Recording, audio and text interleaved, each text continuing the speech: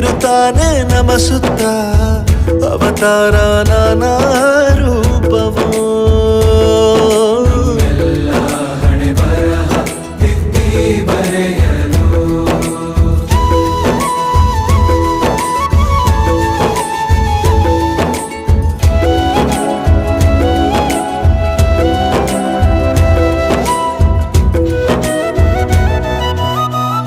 ಬಾಳಲ್ಲಿ ಲೆಕ್ಕ ಎಷ್ಟು ಮುಖ್ಯ ಎಂಬುದ ಬೆರಳಲ್ಲೇ ತೋರಿ ಕಲಿಸಿದ ಗುರುಗಳೇ.